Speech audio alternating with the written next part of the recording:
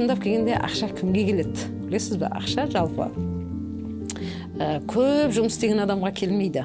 Тоқтаусыз еңбек етіп жанталасқан адамға келмейді. Ақша тіпті көп оқыған адамға да келмейді. Ең қызығы. Ақша келеді, энергиясы жоғары адамға келеді. Энергиялық деңгейде сіз энергияны көтеру үшін не істеуіміз керек?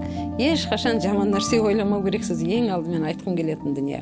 Дұрыс тамақтануға тырысуымыз керекпіз. Барынша өзіміздің тәнімізге мән беру керекпіз. Дене жаттығуын жасау керекпіз. Ерте тұрып, сондай бір тамаша алғыс айтудан бастап айналған нұр шашуымыз керекпіз. Нұр шашу деген техника беремін. Мен жалпы сабақты техника тұрғысында өтемін.